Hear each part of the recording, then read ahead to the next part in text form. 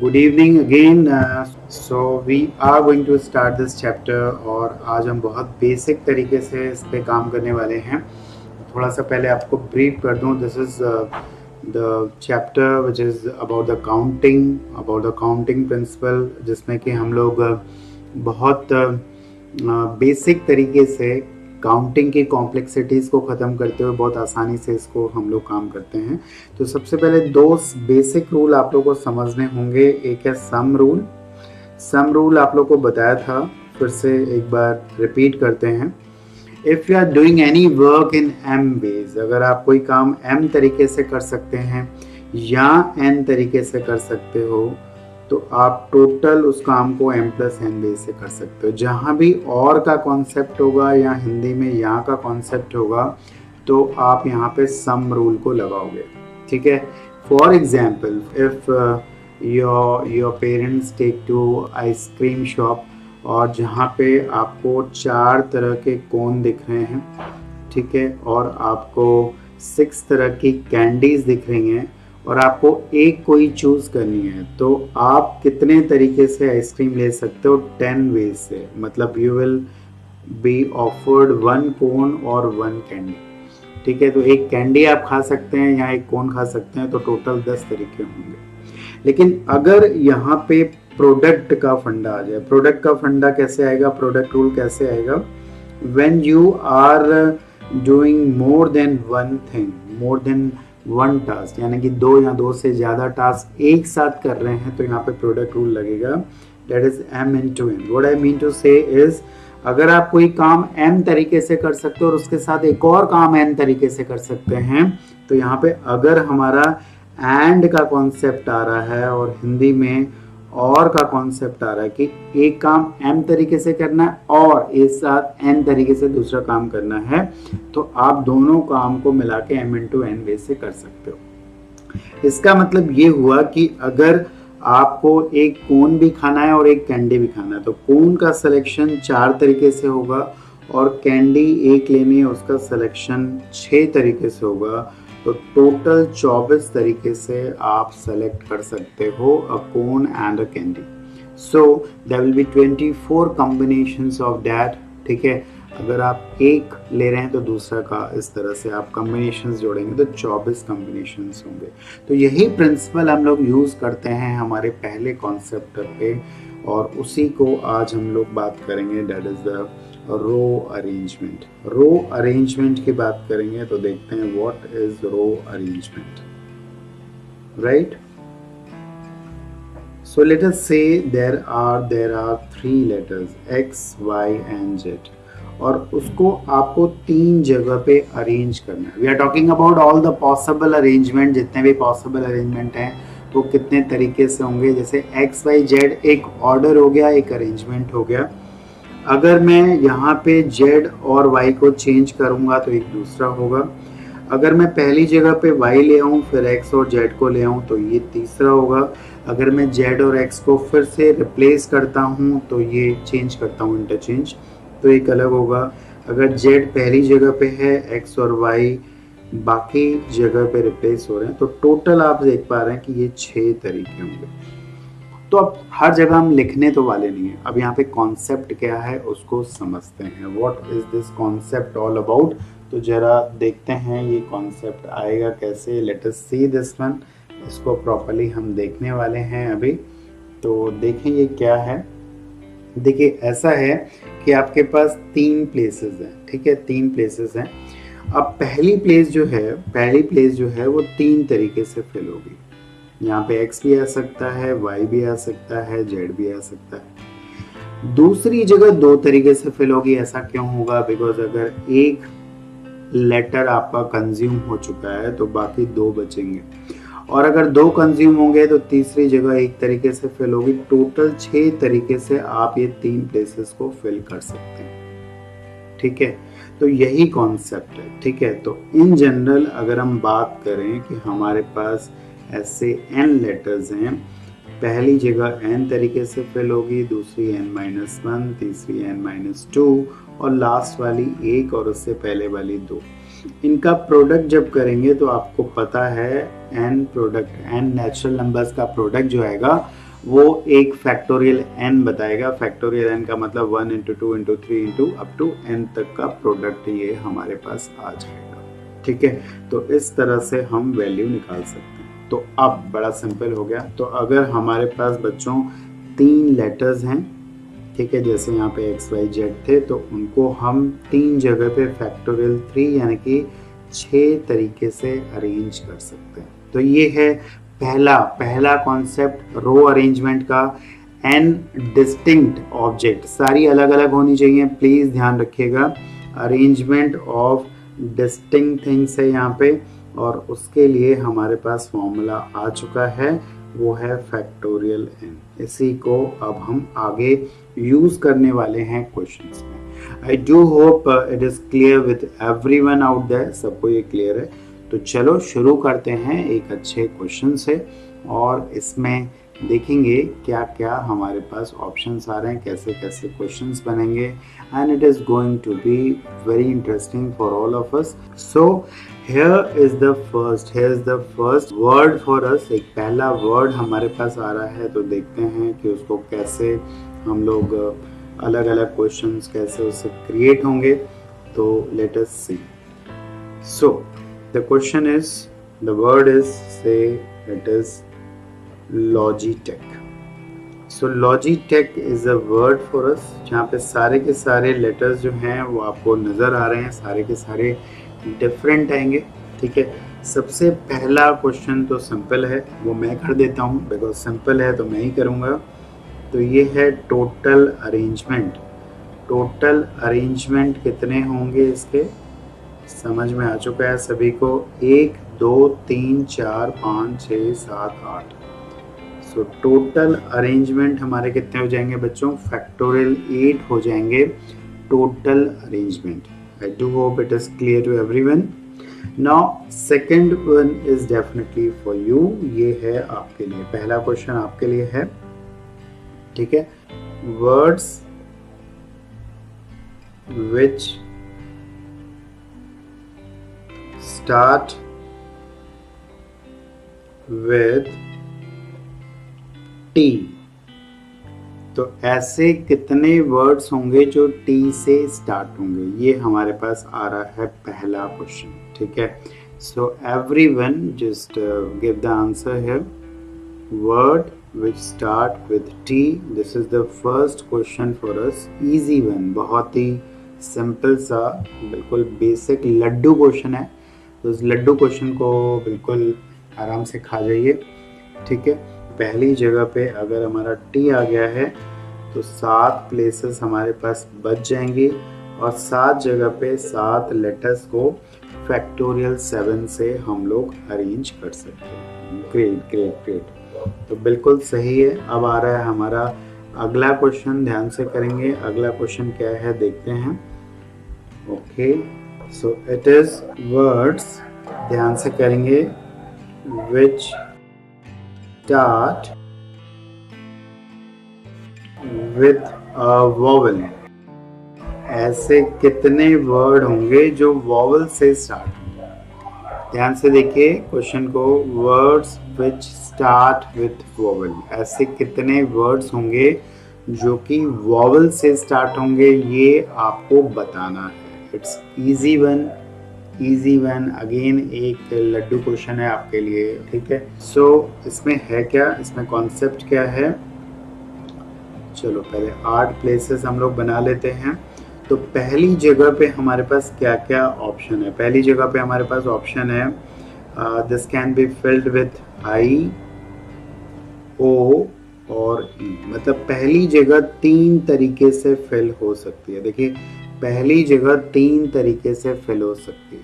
ठीक है, और बाकी जो 7 प्लेसेस हमारे पास बची, मतलब पहली जगह पे मान लीजिए ओ आ गया, तो बाकी 7 प्लेसेस जो बची हैं वो फैक्टोरियल 7 से अरेंज हो जाएंगे। आई थिंक फैक्टोरियल 7 से फिल हो जाएंगे। It is 3 into 7 factorial, because पहली जगह 3 तरीके से फिल होगी।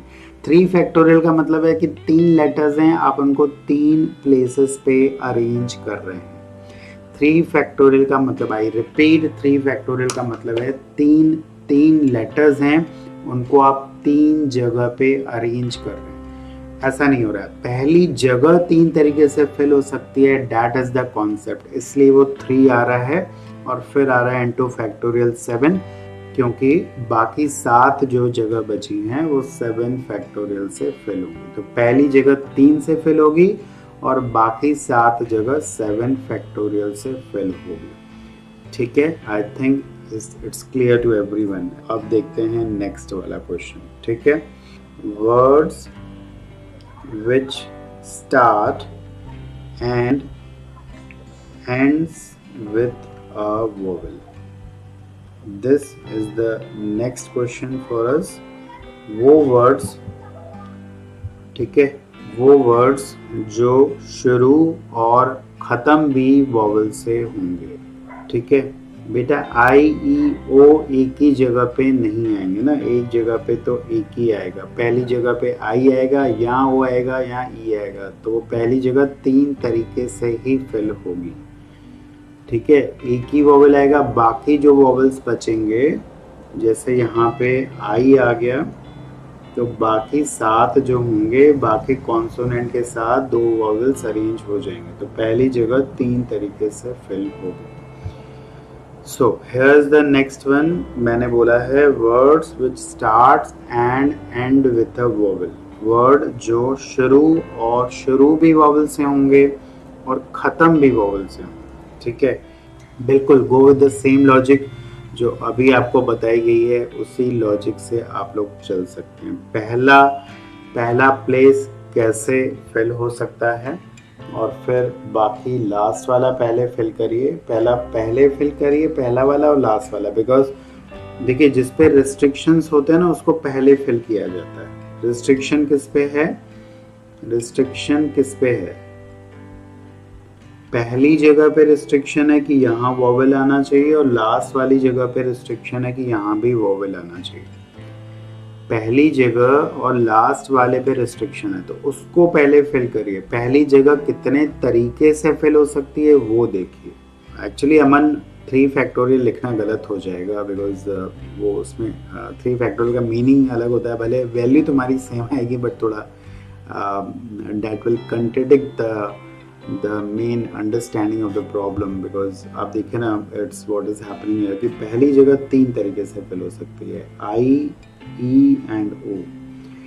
मान लीजिए यहाँ पे आई आ गया, तो लास्ट वाली जगह पे ई और ओ का ऑप्शन आ गया, मतलब लास्ट वाली प्लेस कितने तरीके से फिल होगी?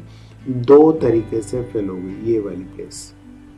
अब जो बाकी 6 बच गए, 2 वॉवेल तो आपके मान लो कंज्यूम हो गए, इधर ओ आ गया, इधर आई आ गया। अब बाकी जो 6 बच गए वो इन जगह पे फैक्टोरियल 6 से अरेंज होंगे। So this is how we proceed. इस तरह से हम लोग आगे बढ़ते हैं। आई थिंक आप लोग को समझ में आ रहा होगा कि किस तरह से बड़े आराम से चलेंगे। डेलिकेट चैप्टर है, you won't be needing any formula for this chapter and this is so interesting. तो बहुत आराम से इसकी अंडरस्टैंडिंग बहुत अच्छे से करें। Again Ishita, you have done complete mess up here. Factorial 3 नहीं आएगा, पहली जगह 3 तरीके से फिल होगी। फैक्टोरियल 3 का मतलब अलग होता है। फैक्टोरियल 3 का मतलब है 3 चीज़ें हैं, 3 जगह पे फैक्टोरियल 3 से अरेंज कर डालेंगे, खत्म। फैक्टोरियल 2 का मतलब है 2 चीज़ें हैं, 2 जगह पे फैक्टोरियल 2 से अरेंज कर डालेंगे। यहाँ पे क्या है, पहली जगह कितने तरीके से फिल होगी वो देखना है पहली जगह। ठीक है, यहाँ बिल्कुल फैक्टोरियल को छोड़ ही दो, ऐसे करो कि पहली जगह 3 तरीके से फिल होगी, लास्ट वाली 2 से। अब ये इनके लिए कोई प्रॉब्लम नहीं है, ये जगह 6 तरीके से फिल होगी, ये जगह 5 से होगी, ये जगह 4 से होगी, ये जगह 3 से होगी, ये जगह 2 से होगी और ये जगह 1 से होगी। ऐसे करके भी कर सकते हो, ये भी वही आंसर देगा। तो इस तरह से भी चल सकते हो, go by this method. So I do hope you all are getting the concept। सबको concept जो है वो समझ में आ रहा है। Okay, here's the next one, words in which vowels are always together।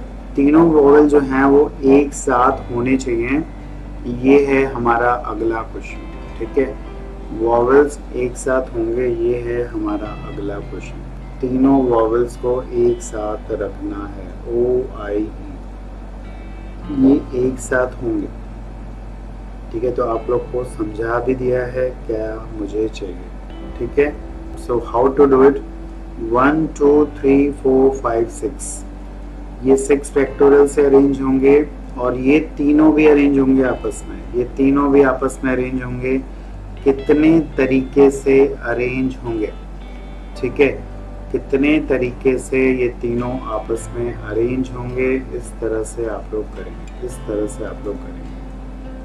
ठीक है, तो 3 फैक्टोरियल इंटू 6 फैक्टोरियल, इस तरह से हम लोग करेंगे। ठीक है ना।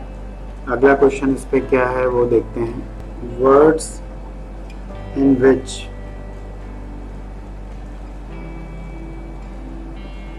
O and E are never together.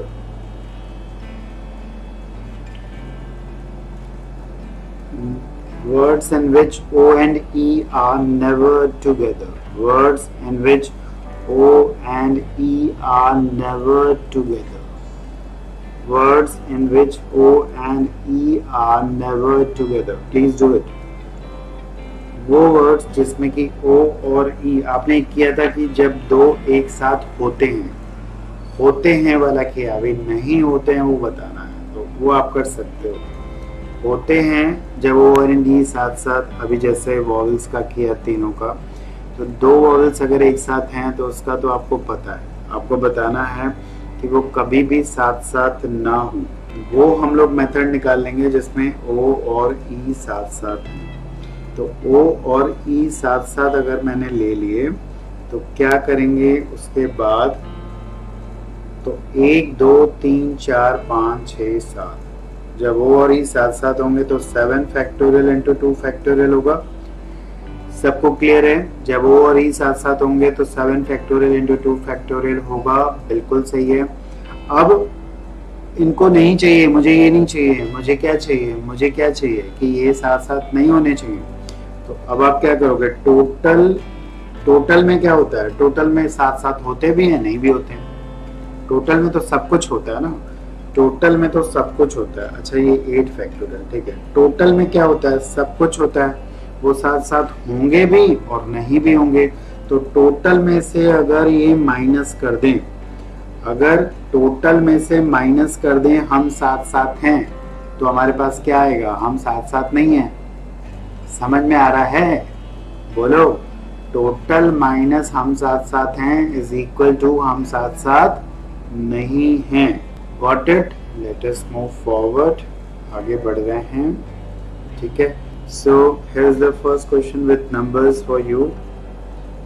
We have numbers 2 1 3 6 and 9। ठीक है, ये 5 हमारे पास डिजिट्स हैं। सबसे पहले निकालना है, पहला क्वेश्चन इजी है तो एज यूजुअल मैं करूँगा। ठीक है, टोटल 5 डिजिट नंबर्स कितने होंगे, तो मैंने करना है, मुझे करना है फैक्टोरियल 5। ठीक है, 5 जगह हैं, 5 नंबर फैक्टोरियल 5 से अरेंज हो जाएंगे। क्लियर हो गया? ठीक है, अब आपको करना है सेकंड वाला, आपको करना है इवन नंबर्स। इवन नंबर्स कितने होंगे? So here's one for you, a very simple one again, not a difficult one, easy one. Total even numbers हमारे कितने बनेंगे ये बताना है बच्चों आपको। इवन नंबर्स, इवन नंबर मतलब लास्ट प्लेस में इवन आना चाहिए, सिंपल है, लास्ट प्लेस पे इवन आना चाहिए, तभी तो बनता है नंबर इवन। हाँ जी, लास्ट जगह पे नंबर इवन आएगा, लास्ट जगह पे 2 या 6 आएगा तो नंबर बन जाएगा इवन। तो क्या करेंगे, तो लास्ट प्लेस पे आ जाएगा 2 या 4, सॉरी 2 या 6। तो लास्ट प्लेस जो होगी 2 तरीके से फिल होगी और बाकी 4 जगह कितने तरीके से फिल होंगी, बाकी बचे नंबरों से वो फैक्टोरियल 4 से फिल होंगी। So answer will be 2 into factorial 4 is it clear to everyone? सबको क्लियर है? आई डू होप सबके अंडरस्टैंड हो गया है कैसे होगा ये। तो अब आते हैं थर्ड वाला, इजी है ये भी। Odd numbers. ऑड नंबर्स कितने होंगे? ऑड नंबर्स कितने होंगे? This is again a easy one for all of you. Ishita ji 4 factorial into 2 factorial, चलिए लिख दिया है लेकिन गलत है। 2 फैक्टोरियल का मतलब दो जगह पे दो चीज़ों को अरेंज कर रहे हैं। यहाँ पे तुम बार बार गलती कर रही हो। मैं कह रहा हूँ कि लास्ट पेज दो तरीके से फिल होगी, 2 फैक्टोरियल से फिल नहीं होगी। वैल्यू दोनों की सेम है लेकिन लॉजिक डिफर कर जाएगी, ठीक है ना। आते हैं इस क्वेश्चन पे फटाफट से। और नंबर्स यार आसान है, मतलब इसमें क्या होगा, ये तो आसान हो जाएगा। इवन आ गए तो ऑड भी आ जाएंगे ना ऑड भी। लास्ट प्लेस कितने तरीके से फिल हो सकती है? लास्ट प्लेस 3 तरीके से फिल हो सकती है। लास्ट प्लेस 3 तरीके से फिल होगी बिकॉज यहाँ पे क्या कौन कौन आ सकता है? 1, 3 और 9। अब मान लो 3 आ गया तो बाकी अब सारे बचे यहाँ पे अरेंज होंगे फैक्टोरियल 4 से। तो इसका आंसर आ जाएगा 3 इंटू फैक्टोरियल 4। अच्छा, इसमें ऐसे भी कर सकते हैं, किसी ने आंसर दिया है total minus even. Total minus even आप निकाल के देखिएगा, आंसर सेम आएगा। आप निकाल के देखेंगे आंसर सेम आएगा। टोटल माइनस इवन करोगे तब भी तो ऑड आ जाएंगे। चलिए देखते हैं next question. Numbers which are greater than 30,000। Numbers which are greater than 30,000। 30,000 से बड़े नंबर्स कितने बनेंगे?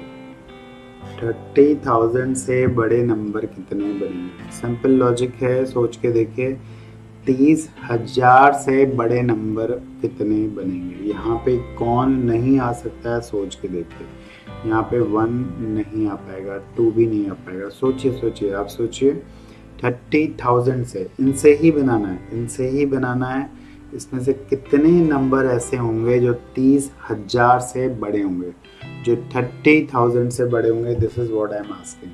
तो पहली जगह बच्चों, पहली जगह कितने तरीके से फिल हो सकती है? पहली जगह कितने तरीके से फिल हो सकती है? 3 तरीके से फिल हो सकती है। क्यों? क्योंकि यहाँ पे आ सकता है कौन? यहाँ पे आ सकता है 3, 6 एंड 9। अगर 3, 6, 9 आएगा तो ये 30,000 से बड़ा हो जाएगा और बाकी 4 जगह पे 4 नंबर फैक्टोरियल 4 से अरेंज हो जाएंगे। So we have this is the answer for this one. I do hope you understand this. मुझे उम्मीद है कि आप लोग को ये समझ में आ गया है। So here is the next one. Numbers ध्यान से करेंगे which are divisible by 3. Very interesting. Numbers which are divisible by 3. 3 से divisibility की condition पता है सबको? 3 से divisibility की condition. What is the divisibility condition of 3? The sum should be divisible by 3. The divisible condition for 3 is the sum should be divisible by 3. तो इन सब का सम 3 से डिविजिबल है, मतलब सारे ही हो जाएंगे। बिल्कुल सही आप लोग लिख रहे हैं, क्योंकि 2 + 1 + 3 + 6 + 9 कितना आएगा? 21। तो ये 3 से डिविजिबल हो जा रहा है। सम इसका 3 से डिविजिबल आ रहा है, तो मतलब सारे के सारे ही जितने भी नंबर्स बनेंगे सब ही 3 से डिविजिबल हो जाएंगे। मतलब टोटल नंबर्स जो भी बनेंगे वो 3 से डिविजिबल हो जाएंगे, यानी कि फैक्टोरियल 5 आ जाएगा आंसर। क्लियर है सबको? Numbers which are divisible by 6, इसका मतलब ये है कि 2 से डिविजिबल भी होने चाहिए और 3 से भी डिविजिबल होना चाहिए। हिंट है इसी में, जो मैंने बोला उसी में हिंट है। Numbers which are divisible by 6 का मीनिंग है कि 2 से भी डिविजिबल होने चाहिए और 3 से भी डिविजिबल होनी चाहिए। So numbers which are divisible by 6, तो समझ में आ गया आपको भाई, जितने नंबर्स बनेंगे सारे 3 से डिविजिबल तो होंगे ही होंगे। ठीक है, ये हमें समझ में आ गया। अब सिंपल लॉजिक क्या लगाएंगे कि लास्ट वाला नंबर मतलब इवन होना चाहिए, लास्ट मतलब 2 से भी डिविजिबल होना चाहिए, उसके लिए लास्ट वाले में लास्ट में रखेंगे 2 या 6। बाकी सारे तो 3 से तो डिविजिबल बन ही चुके, तो लास्ट जगह 2 से फिल होगी और बाकी बची जगह वो हो जाएगी फैक्टोरियल 4 से। तो जितने इवन नंबर्स होंगे वो सारे के सारे 6 से डिविजिबल होने चाहिए। ठीक है, सारे के सारे 6 से डिविजिबल होना चाहिए। ठीक है, चलिए नेक्स्ट आते हैं। नेक्स्ट क्या होगा? नेक्स्ट इज, ये थोड़ा ट्रिकी होगा, numbers which are divisible by 4। 4 से डिविजिबिलिटी की कंडीशन सबको याद है। 4 से डिविजिबिलिटी की कंडीशन क्या है? लास्ट के 2 नंबर्स 4 से डिविजिबल होने चाहिए। अब इसमें थोड़ा थॉट है, मैं थोड़ा सा आपको हिंट दे रहा हूँ, जस्ट वेट। हमारे पास कौन कौन से नंबर्स थे? हमारे पास था 2, 1, 3, 6 एंड 9। तो 4 से डिविजिबल का मतलब हुआ कि लास्ट के 2 4 से डिविजिबल होने चाहिए। जैसे अगर आप लास्ट में रखोगे 1 एंड 2 तो ये 4 से डिविजिबल होगा। लास्ट की जगह पे 1 और 2 अगर फिक्स कर दोगे 12 4 से डिविजिबल होगा। अब अगर लास्ट में 1 और 2 फिक्स है तो इससे जितने नंबर्स बनेंगे वो सारे के सारे तुम्हारे 12 4 से डिविजिबल हो जाएंगे। अब आप देखिए ऐसे कितने बन सकते हैं। बच्चे आन्या जी, आपने केस तो बना दिया है, लेकिन आप 12 जब आप यहाँ पे फिक्स करोगे, अब बाकी 3 को अरेंज करना है। तो लास्ट में जब 12 होंगे तो कितने बनेंगे? इससे फैक्टोरियल 3 बनेंगे, इतने नंबर्स बनेंगे, बिकॉज बाकी 3 को यहाँ पे आप अरेंज करोगे। अब ऐसे ही बाकी देखो लास्ट में और कौन कौन आ सकता है। जब लास्ट में 12 आएगा तो ऐसे कितने नंबर्स बनेंगे? फैक्टोरियल 3, बिकॉज बाकी 3 तो यहाँ पे अरेंज होंगे। ऐसे ही आप देखिए लास्ट में कौन कौन आ सकता है। चलिए डिस्कस करते हैं हम लोग। देखिए जब 12 आया यहाँ पे तो होगा उससे इतने बनेंगे। और क्या आ सकता है? बिल्कुल आराम से जाइए, 12 सबसे छोटा बनेगा, फिर 1 6, और कौन आएगा? 3 2, और कौन आएगा? 3 6, और कौन आएगा बेटा? ठीक है, देखते जाओ। और कौन आएगा? 3 6, और कौन आएगा लास्ट में? 62 नहीं आएगा, 61 63 69 नहीं आएगा, कौन आएगा? 92 आएगा और 96 आएगा। तो 1 2 3 4 5 6, मतलब लास्ट की 2 जगह आप 6 तरीके से फिल कर सकते हो, और पहली 3 जगह फैक्टोरियल 3 से फिल करोगे तो बनेगा 6 × 3 फैक्टोरियल। आई थिंक सबको समझ में आ गया, सबको क्लियर है बच्चों? 6 × फैक्टोरियल 3 क्यों होगा? Is it fine? Is it clear with everyone? Okay, here is the next one. Even and odd numbers